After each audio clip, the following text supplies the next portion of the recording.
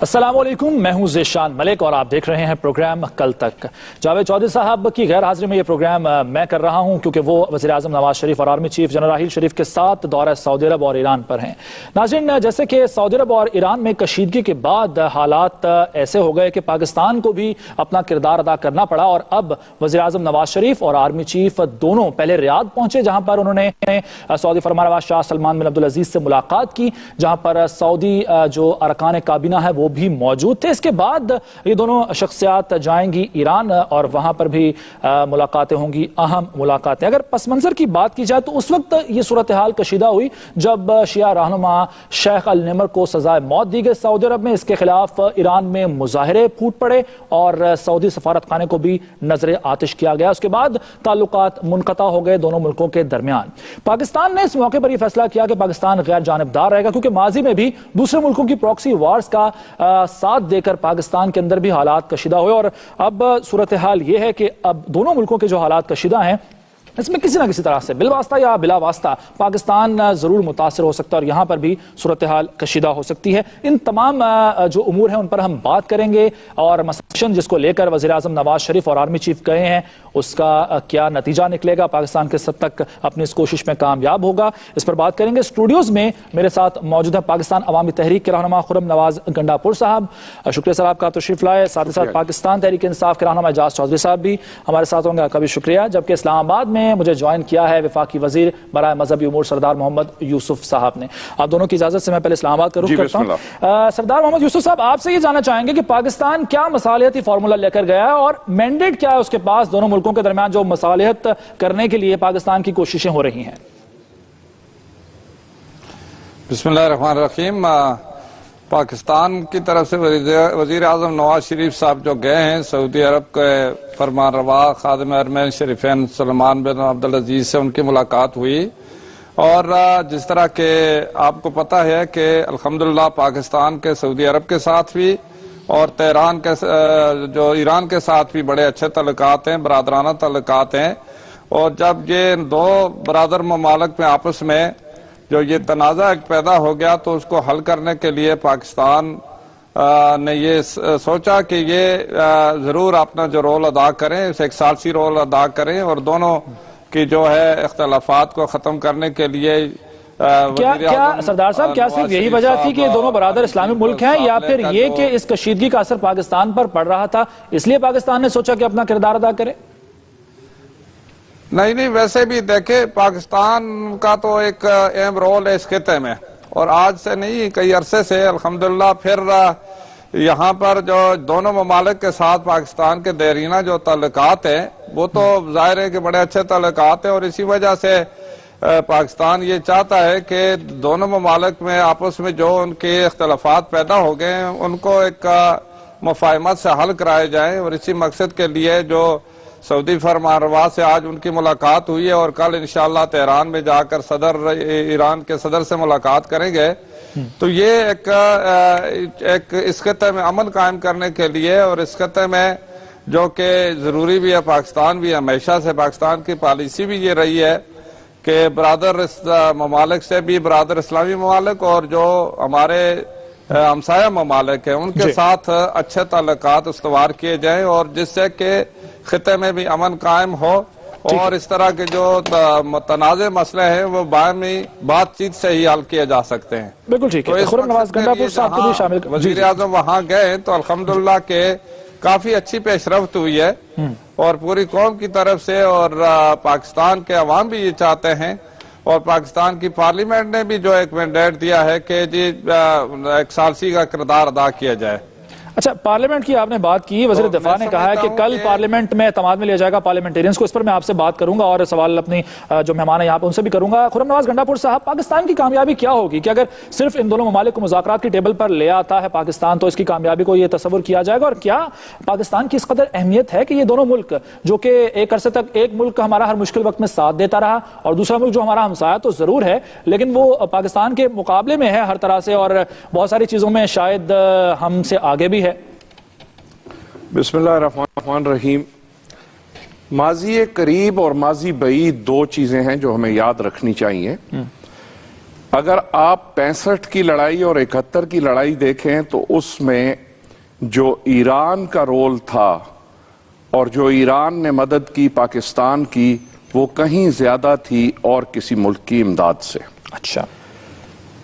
رہا سوال آج کا، اس وقت دو چیزیں ہمیں یقیناً سمجھنی چاہیے. ایک یہ کہ سعودی عرب دنیا اسلام کا محور اور مرکز ہے، اس میں کوئی شک نہیں ہے. ٹھیک ہے. اور حرمین شریفین کی حفاظت ہر مسلمان کا فریضہ ہے، دینی فریضہ ہے. لیکن ایک منٹ کے لیے ہم کو ذرا پیچھے ہٹ کے دیکھنا پڑے گا کہ کیا حرمین شریفین کی حفاظت اور سعودی عربیہ کی حکومت کی حفاظت کیا یہ ایک ہی چیز ہے یا دو مختلف چیزیں ہیں؟ میری نظر میں یہ یقیناً دو مختلف چیزیں ہیں. ٹھیک ہے. اب اگر تو ہم ثالثی کا کردار ادا کر رہے ہیں، ابھی آپ نے 10 بجے کی خبروں میں جو اعلامیہ ہے اس کی طرف اشارہ کیا ہے، جس میں دو الفاظ استعمال کیے گئے ہیں کہ کیا ہم آنیسٹ بروکر ہو سکتے ہیں دو ملکوں کے درمیان جب ہم ایک کی سالمیت کی گارنٹی کی بات کرتے ہیں، ڈیفنس اور سیکیورٹی میں فردر کوآپریشن کی بات کرتے ہیں اور ان کی سیکیورٹی کے گارنٹر بننا چاہتے ہیں، تو کیا ہم آلریڈی ہم ایک سائیڈ پہ ہو نہیں گئے؟ جانبداری آ گئی ہے. تو جانبداری تو آ ہی گئی. اور پچھلے 2-2.5 سال، ہم اس سے پچھلی حکومتوں کی طرف نہیں جائیں گے، پچھلے 2.5 سال میں آپ دیکھیے کہ ہماری دفاعی لیول پہ کتنی میٹنگ سعودی عربیہ میں ہوئی ہیں اور ایران میں کتنی ہوئی ہیں. تو ہمارا بڑا صاف جھکاؤ ہے سعودی عرب کی جانب. اب وہاں ایران ظاہر ہے ہم کو ہمیشہ شک کی نگاہ سے دیکھے گا، کیونکہ اگر آپ کا واضح جھکاؤ ایک طرف ہے تو دوسری سائیڈ کے اوپر پہلے تو اعتماد کی فضا بحال ہونی چاہیے. یہ دونوں برادر ملک ہیں، ان دونوں کے ساتھ ہمارے تعلقات بہت اہم ہیں، لیکن ہمیں یہاں دھیان سے چلنا چاہیے. اور جو آپ نے پہلے ابتدا میں کہا کہ کسی پراکسی وار میں آلریڈی ایکچولی یہ پراکسی وار، چاہے حکومت اس کو ایڈمٹ کرے یا نہ کرے، پاکستان کی زمین کے اوپر یہ پراکسی وار آلریڈی کسی نہ کسی شکل میں ہو رہی ہے. اور جو 1979 میں ہم نے افغانستان کی جنگ میں جو کردار ادا کیا، چاہے جس کی بھی ایما پر کیا، اس کے نتیجے میں جو شدت پسندی آئی ہے، ہو سکتا ہے یہ حکومت اس کی ذمہ دار ہو سکتا ہے نہ ذمہ دار ہو، لیکن آج وہ شدت پسندی ایک حقیقت ہے. اور جب تک ہم اس شدت پسندی کو ٹیکل نہیں کریں گے، ہم ایک آزاد ریاست کے طور پہ ابھر نہیں سکے. بالکل ٹھیک ہے. میں چاہوں گا اجاز چودھری صاحب کو بھی شامل کرتے ہیں. اجاز صاحب، آپ کیا اتفاق کریں گے گنڈا پور صاحب کی بات سے، اور کیا پاکستان نظر آ رہا ہے، ایسا لگ رہا ہے کہ جانبدار ہے، ابھی سے ہی ایسا محسوس ہو رہا ہے کیا؟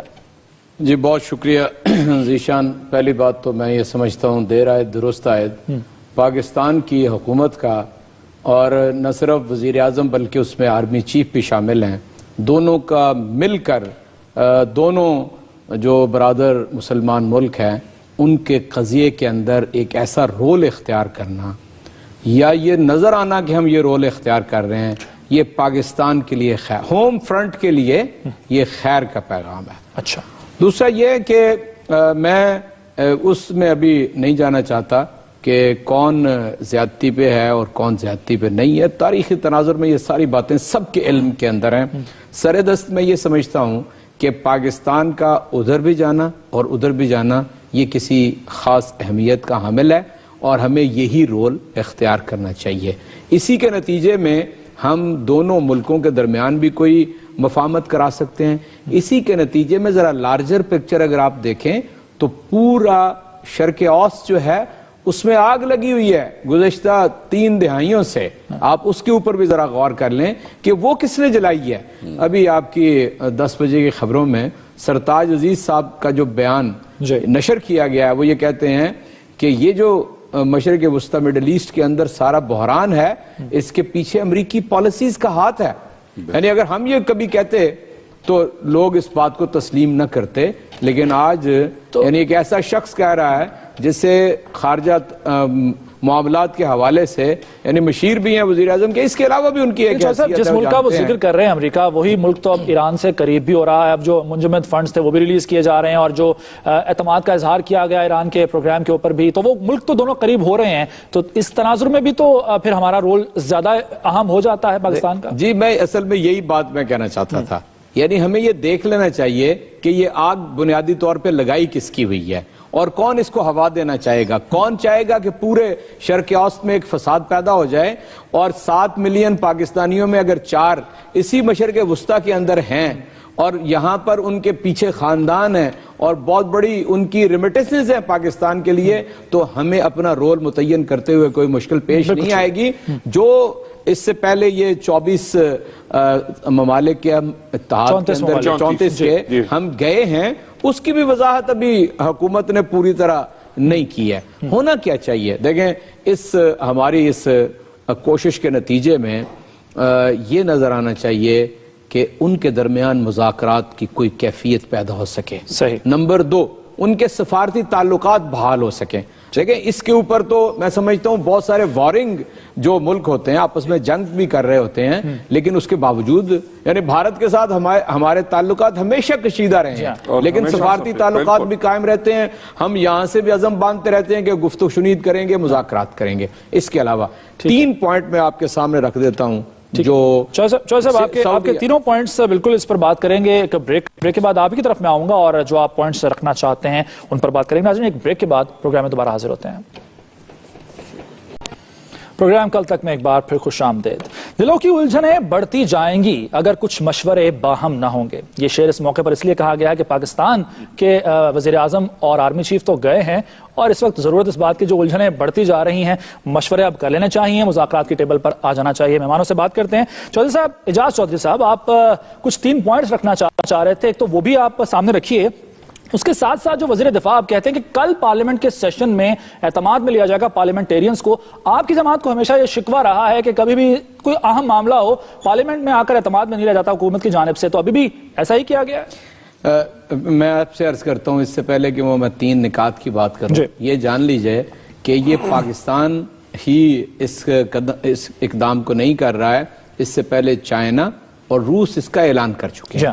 چنانچہ سب سے ریلیونٹ پاکستان ہے، اور میں جو بات کہنا چاہتا ہوں کہ جب مذاکرات شروع ہوں گے، سفارتی تعلقات قائم ہو جائیں گے، تو کیا 3 بنیادی چیزیں ہیں میرے خیال کے مطابق: عدم مداخلت ایک دوسرے ملک کے اندر داخلی معاملات کے، اب نمبر 2 یہ تو پھر سعودی عرب کا مطالبہ مانا جائے گا نا، کیونکہ انہوں نے ہی سب سے پہلے جب مداخلت کی وہاں پر ایک عالم کو وہ سزا دیتے ہیں، اس پر سارا معاملہ شروع ہوا تھا، تو اس طرح تو یہ سعودی عرب کا مطالبہ مانا گیا۔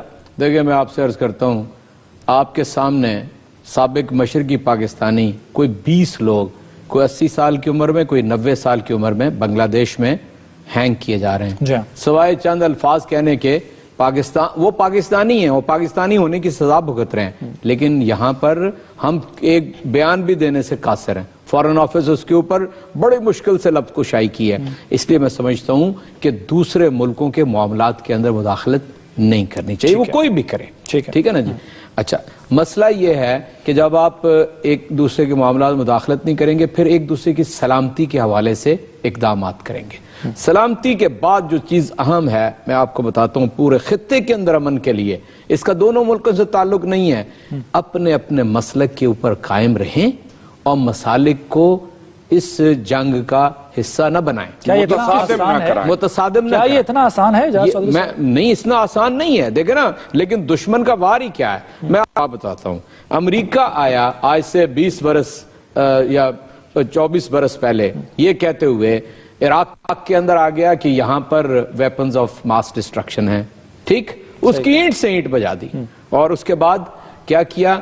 ایک لفظ سوری ہے، SORRY، اس کے علاوہ کچھ نہیں کہا، اور مطلب وہاں پر حصوں میں تقسیم کر دیا، یہ اس مسلک کے لوگ اور اس مسلک کے لوگ، اور اس وقت سے لے کر آج اسی بنیاد پر لڑائی اور جنگ ہو رہی ہے۔